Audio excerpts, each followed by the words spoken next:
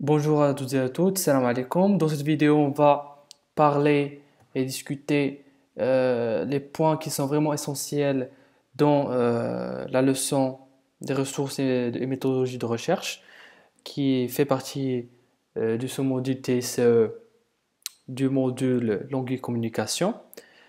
Je vais parler essentiellement des points que vous devez connaître, des notions et des concepts qui sont plus ou moins ambigus pour certains d'entre vous et les simplifier.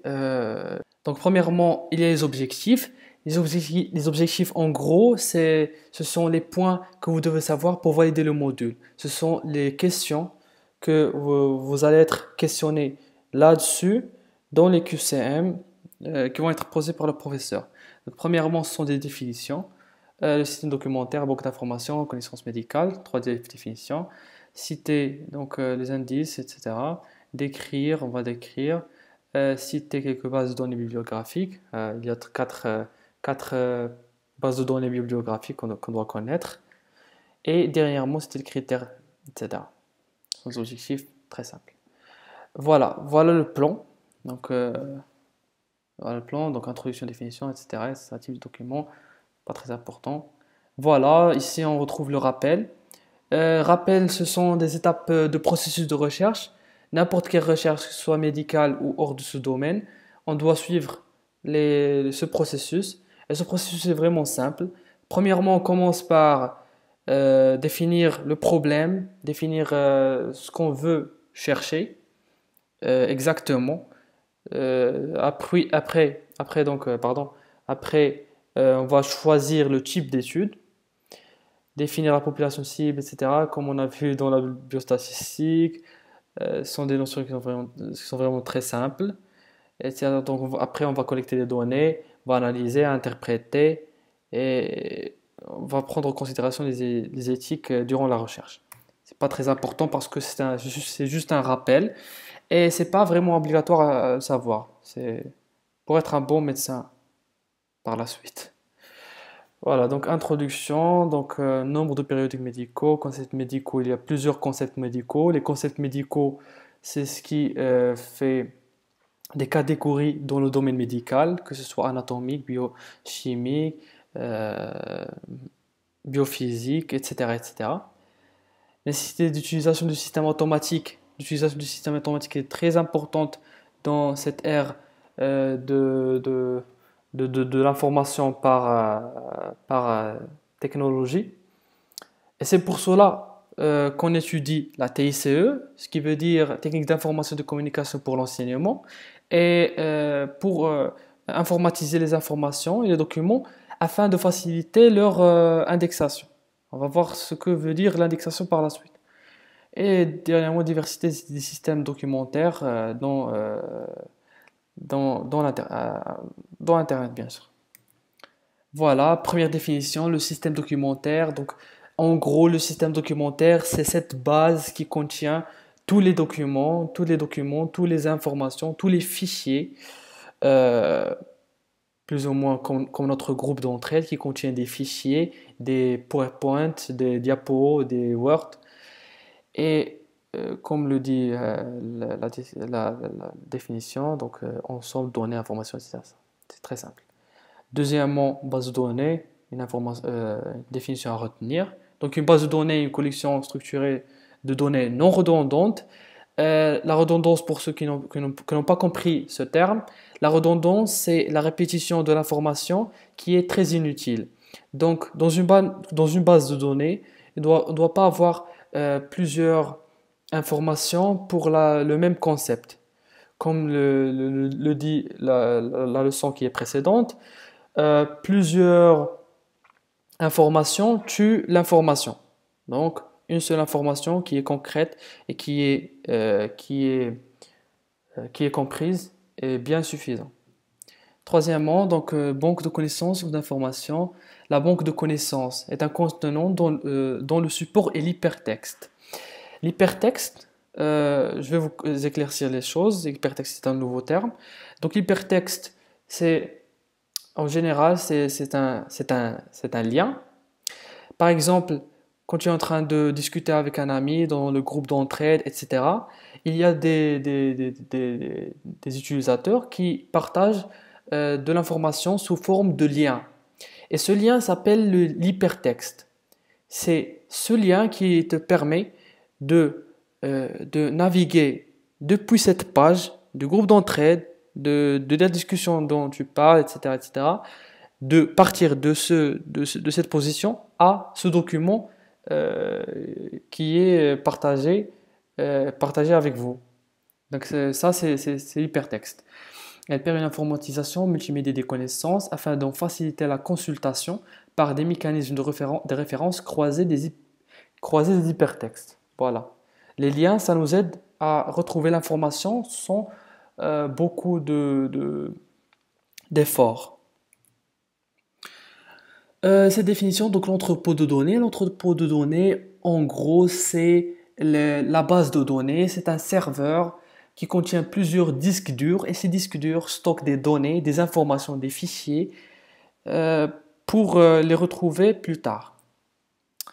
Exploration de données, fouille de données, voilà, data mine a pour objet l'extraction d'un savoir ou d'une connaissance à partir des grandes quantités de données par des méthodes automatiques ou semi-automatiques, pardon. L'exploration de données, fouille de données est faite par une technique qui s'appelle le data mining, ou bien en français c'est l'indexation. L'indexation c'est un processus,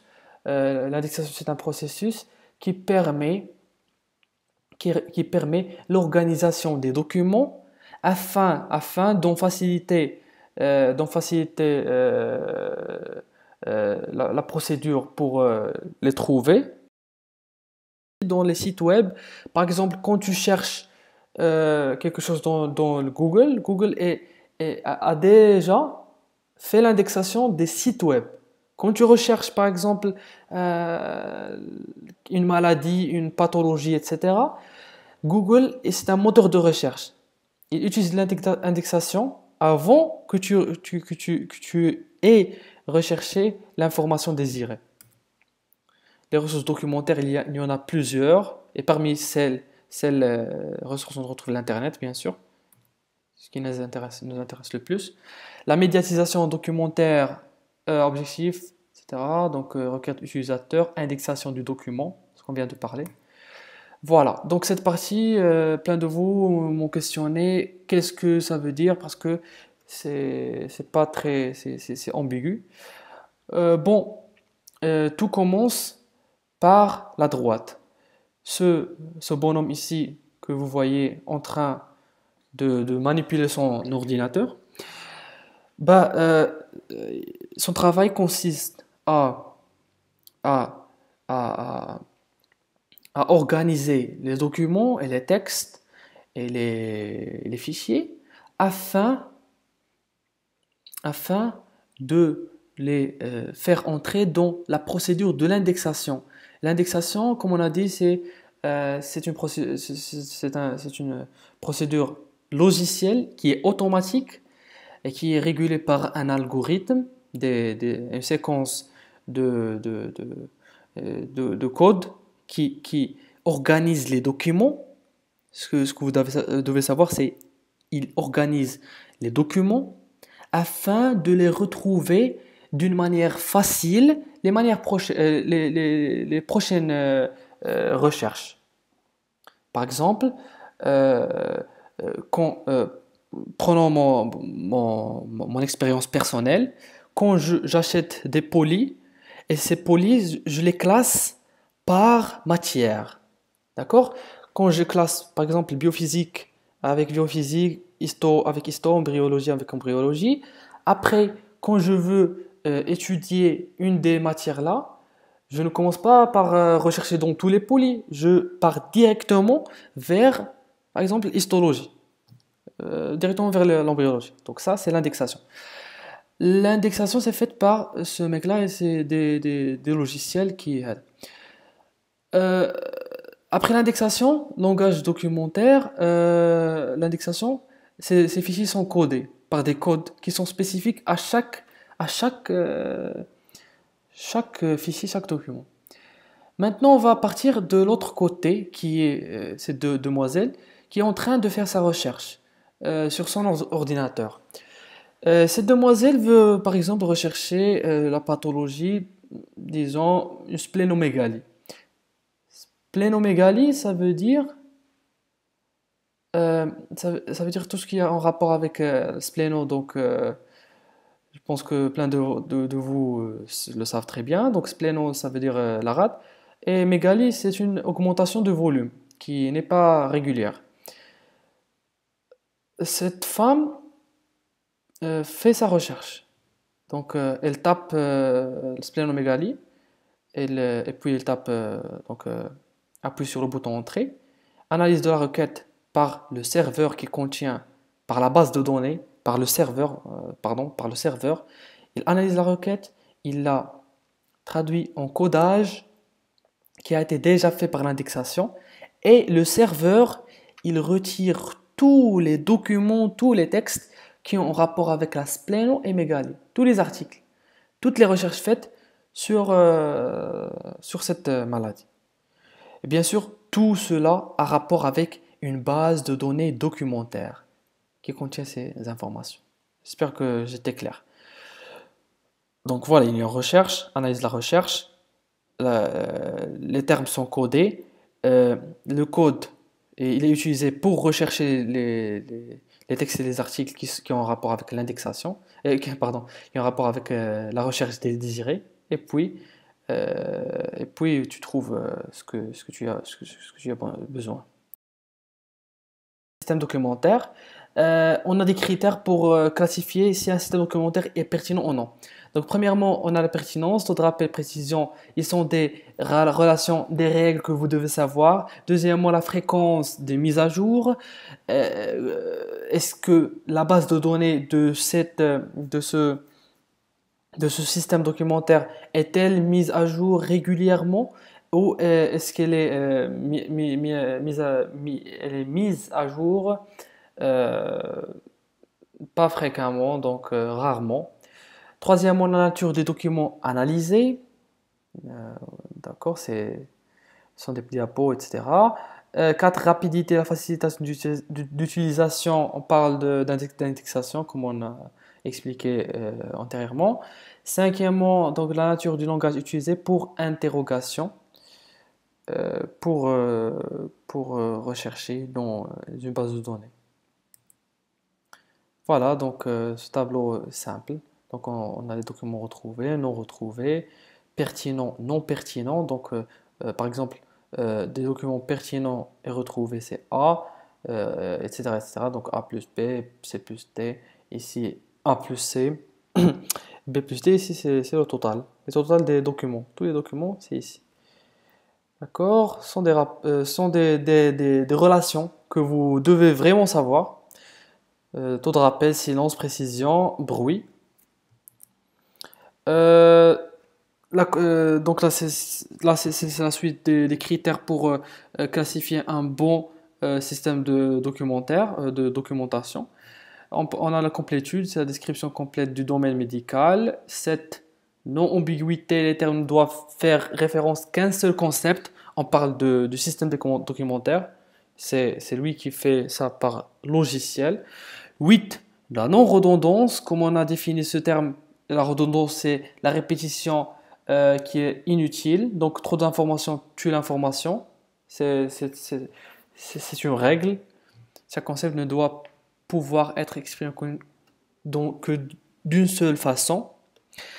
9. Existence de synonymes. Ce sont des termes intermédiaires qui font référence à un terme unique. Donc, le système documentaire doit faire beaucoup plus de synonymes d'un seul terme afin de faciliter la recherche pour l'utilisateur de retrouver ce qu'il veut avec d'autres synonymes. Et dernièrement, existence de relation explicite est un à cause de associé équivalent à et dans. Donc, ça, c'est intégré dans les documents. Type de documents en ligne, on a des articles scientifiques publiés dans les journaux, revues généralistes, etc., etc., etc. Donc, tout ça, vous devez le savoir. Donc, etc., etc. C'est une application qui vous pouvez lire seul Et cette partie de la vidéo, je vais la supprimer après. Type de document en ligne. Connaissance centralisée, produits en version comme des médicaments, etc. Ce que vous devez savoir, c'est ce qui est écrit en bleu. DailyMed, Claude Bernard, Thériac. Connaissance, donc, etc. Orphan, 6000 maladies. Donc, vous devez savoir ce terme, orphané. Connaissance médicale, donc cas clinique, QCM vidéo, podcast. Ce sont des vidéos faites par des utilisateurs qui sont actifs dans le domaine. Plateforme e-learning, université donc virtuelle. Vous devrez vous devriez l'avoir lu dans la leçon précédente. Et puis on a le Medline Plus et Doctissimo. Je pense que plein d'entre vous le sait. Et e-santé. Donc les modalités d'accès aux connaissances de santé, on a une stratégie de recherche, comme on a dit au début. Donc clarifier la question. Quelle est la question? Qu'est-ce que vous voulez savoir? Deuxièmement, choisir l'outil. Quel est l'outil d'internet qu'on va utiliser afin de trouver l'information désirée? Et troisièmement, évaluer et analyser le résultat. Avoir des critères, etc., etc. Donc, ce sont des critères que vous, comme chercheur, vous les mettez vous les mettez en début de recherche et que vous l'utilisez après afin d'évaluer ce que vous venez de trouver. Est-ce que vous allez affiner la recherche ou bien changer l'outil de recherche? Peut-être Doctissimo n'a pas bien marché. On va utiliser par exemple DailyMed ou Bernard ou un autre outil. Voilà, donc la préparation, la recherche et évaluation. Si l'évaluation dit qu'on doit refaire la recherche, on refait la recherche, etc., etc. C'est un cycle qui... Maintenant, donc chercher l'information sur Internet, chercher par interrogation. Donc on utilise des mots-clés, on n'utilise pas de phrases qui sont longues, qui ne vont pas nous aider à chercher ce qu'on veut. Donc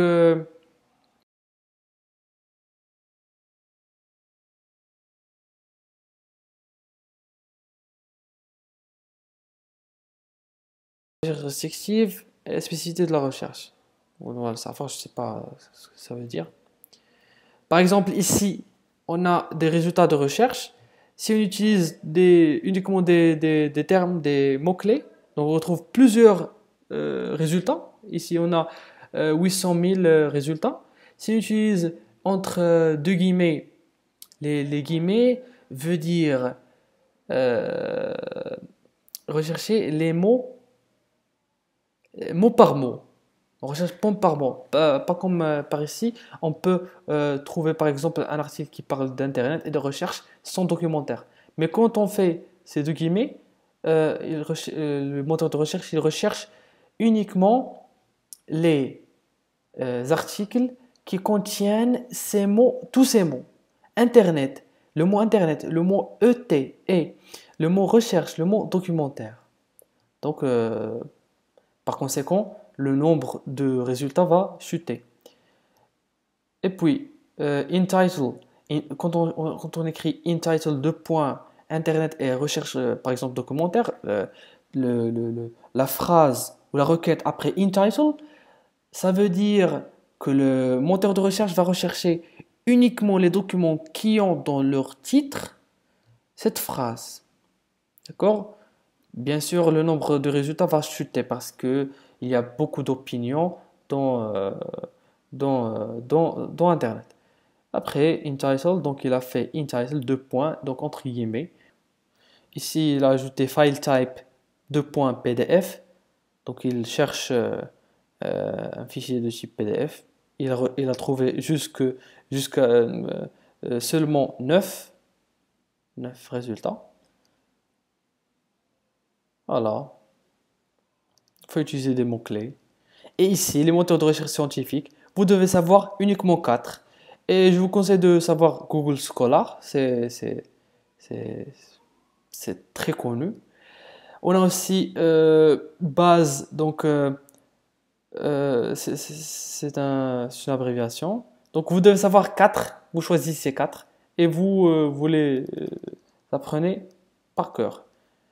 Merci pour votre attention. J'espère que ça a été clair et bon courage pour pour vos révisions et bon courage à tous.